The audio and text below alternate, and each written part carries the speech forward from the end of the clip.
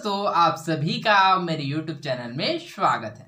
आज हम पढ़ेंगे अध्याय 8 जैविक प्रक्रिया नियंत्रण एवं समन्वय life process control and coordination का लेक्चर 3, जिसमें आज का हमारा टॉपिक है मस्तिष्क और उसकी भूमिका, structure of brain and its function. Okay, तो हम लोग मस्तिष्क के बारे में जानेंगे, इसके साथ उसकी क्या भूमिका होता है इसके बारे में जानेंगे। तो चलिए इस टॉपिक में आगे बढ़ते हैं। तो जैसे कि हम लोग सबसे पहले चित्र 5 में देख सकते हैं मानव मस्तिष्क। ओके, जो मानव का जो मस्तिष्क होता है वह इस प्रकार से होता है। ओके, तो यहाँ पर जो ऊपरी हिस्सा होता है वह देखने, सुनने, तर्क करने, स्मरण करने का कार्य करता है, और जो निचला हिस्सा होता है वह सांस लेने, निकलने, तापमान का नियंत्रण, संतुलन, इस प्रकार से क्या करता है, वह कार्य करता है। ओके, तो चलिए इसके बारे में हम लोग समझते हैं। हमारे शरीर में होने वाली अधिकांश क्रियाओं में मस्तिष्क की प्रमुख भूमिका होती है। ओके, तो हमारे जो शरीर है उसमें जो अधिकांश जितने भी क्रिया होता है सबसे महत्वपूर्ण भूमिका किसका होता है, तो वह मस्तिष्क का।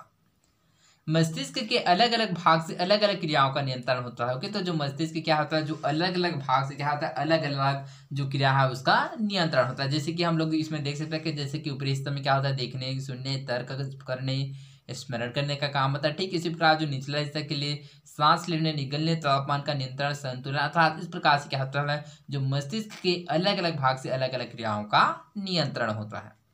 मस्तिष्क का अध्ययन करने के लिए वैज्ञानिक आजकल उसके सूक्ष्म काट लेकर परीक्षण करते हैं। तो मस्तिष्क का जो पूर्ण रूप से अध्ययन करने के लिए क्या है, उसके छोटे छोटे भाग अर्थात उसके सूक्ष्म काट लेकर उसका परीक्षण करते हैं।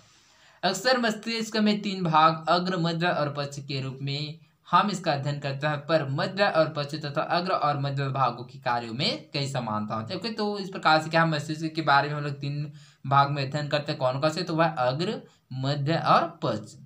किंतु इसमें से जो अग्र तथा जो अग्र और मध्य होता है क्या होता है, इस प्रकार से उसमें समानता होता है। ठीक इसी प्रकार अग्र और मध्य में भी क्या होता है, समानता, अर्थात अग्र और मध्य में भी समानता होता है और मध्य एवं पश्च दोनों में भी समानता, अर्थात इस प्रकार से इसमें क्या होता है, कई समानता होते हैं। अतः मोटे तौर पर हम कह सकते हैं कि मस्तिष्क में निचले भाग से सांस लेने, निगलने, शरीर के तापमान का नियंत्रण जैसे कार्य होते हैं। तो इस प्रकार से हम लोग कह सकते हैं कि जो मस्तिष्क के जो निचले भाग होता है, जो मस्तिष्क के जो निचले भाग है, इसमें जो मेन कार्य क्या होता है, तो वह सांस लेने, निगलने, शरीर के तापमान का नियंत्रण जैसे कार्य होती हैं। जबकि ऊपरी भाग से देखने, सूंघने, सुनने, सूंघने, तर्क करने, स्मरण करने, रखने आदि कार्यों का नियंत्रण होता है। ठीक इसी प्रकार जो ऊपर के भाग होते हैं, जो ऊपरी हिस्सा होता है, उसमें क्या कार्य होता है, तो जैसे कि देखने हो गया, सुनने हो गया, सूंघने, तर्क करने, स्मरण करने, इस प्रकार से आदि कार्यों का नियंत्रण होता है। यह भाग अन्य जीवों की तुलना में मनुष्य में अधिक विकसित है, अर्थात इस प्रकार से यह भाग क्या होता है, जो अन्य जीव है उसकी तुलना में मनुष्य से कहीं अधिक विकसित होता है। ओके, मस्तिष्क मेरुरज्जु द्वारा संचालित अनैच्छिक क्रियाओं पर भी नियंत्रण रखता है। तो जो मस्तिष्क क्या करता है, जो मेरुरज्जु के द्वारा संचालित किए जाने वाले अनैच्छिक क्रिया पर भी नियंत्रण रखता है। अनैच्छिक क्रिया अर्थात क्या होता है, तो ऐसी क्रिया जो हमारे द्वारा नियंत्रित नहीं होता है। ओके, तो अनैच्छिक क्रिया क्या होता है, तो ऐसी क्रिया जो हमारे द्वारा नियंत्रित नहीं होता है, अर्थात हमारी इच्छा के अनुसार क्या होता है, संचालित नहीं होता है, इसको अनैच्छिक क्रिया कहते हैं।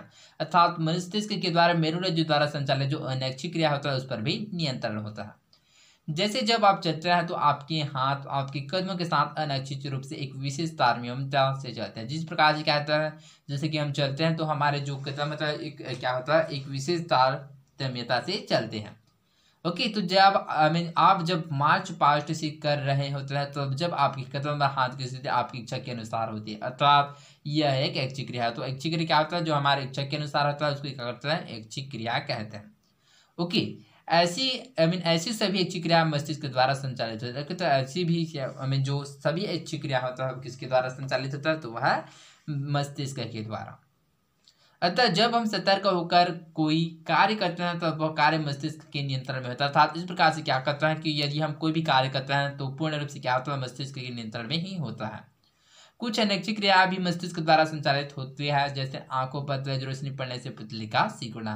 कुछ प्रकार की ऐसी भी अनैच्छिक क्रिया होता है जो क्या होता है, मस्तिष्क के द्वारा ही संचालित होता है। जैसे कि एग्जाम्पल के लिए आंखों पर तेज रोशनी पड़ने से क्या होता है, जो पुतले होता है उसका सिकुड़ना था। यदि हमारे आंखों में क्या कर रहा है, प्रकाश पड़ रहा है, तो हमारे जो आंख के क्या होता है, जो पलक होते क्या करता है, वह आंख को ढक देता है। इस प्रकार क्या होता है, वो जो इस प्रकार से आंखों पर तेज रोशनी पड़ने से पुतले का सिकुड़ना था। इस प्रकार से इसका जो कार्य है होता है।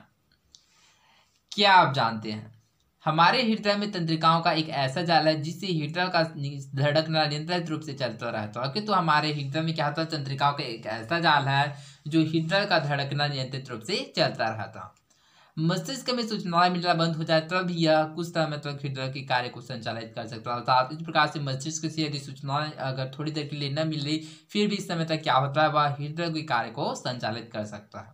ओके, आप अपने दिन भर के कार्यों में से ऐच्छिक क्रियाओं की सूची बनाइए।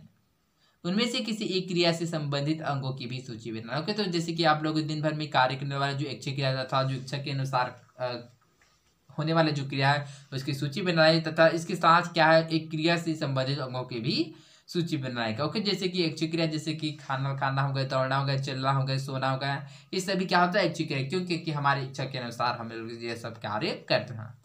ओके, जब मस्तिष्क का ऊपरी भाग ठीक से काम करता है तो वह निम्नलिखित तीन में से कोई एक भूमिका निभा सकता है। कोई जो मस्तिष्क का जो ऊपर की जो भाग होता है, जो ऊपरी हिस्सा होता है, जब ठीक से काम करता है तो तीन में से एक भूमिका निभा सकता है। कौन कौन से? तो पहला है वह उन क्रियाओं को रोकता है जिन्हें निचले वाला भाग तथा मेरुरज्जु करता है। दूसरा है वह उन्हें नियंत्रित ढंग से चला सकता है। तीसरा है मेरुरज्जु के नियंत्रण के बिना सीधे मांसपेशियों की क्रियाओं को संचालित कर सकता है। ओके, आपको जानकर आश्चर्य होगा कि अक्सर मस्तिष्क के अधिकांश बाह्य भाग से हमारे शरीर के दाएं भाग के अधिकांश कार्यों का नियंत्रण होता है। अर्थात इस प्रकार से क्या होता है, जो हमारे मस्तिष्क के अधिकांश बाह्य भाग से हमारे शरीर के दाएं भाग एवं हमारे शरीर के दाएं भाग से बाह्य भाग क्या होता है, कार्य नियंत्रित होता है। ठीक इसी तरह मस्तिष्क के दाएं भाग से शरीर के बाएं भाग कि कार्यों का नियंत्रण होता है। तो ठीक इसी प्रकार जो मस्तिष्क के जो दाएं भाग से शरीर के हमारे बाएं भाग के कार्यों का नियंत्रण होता है।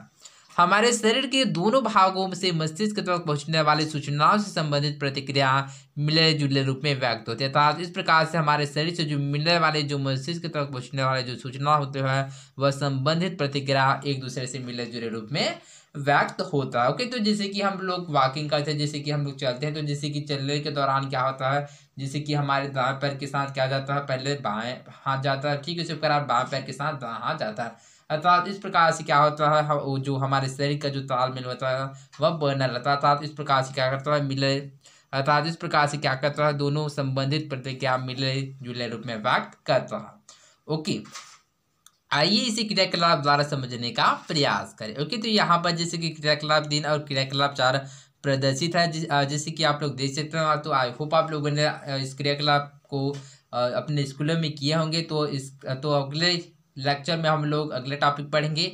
तो आई होप आप लोगों को समझ आया होगा। तो आज के लिए बस इतना ही, मिलते हैं अगले वीडियो में। धन्यवाद।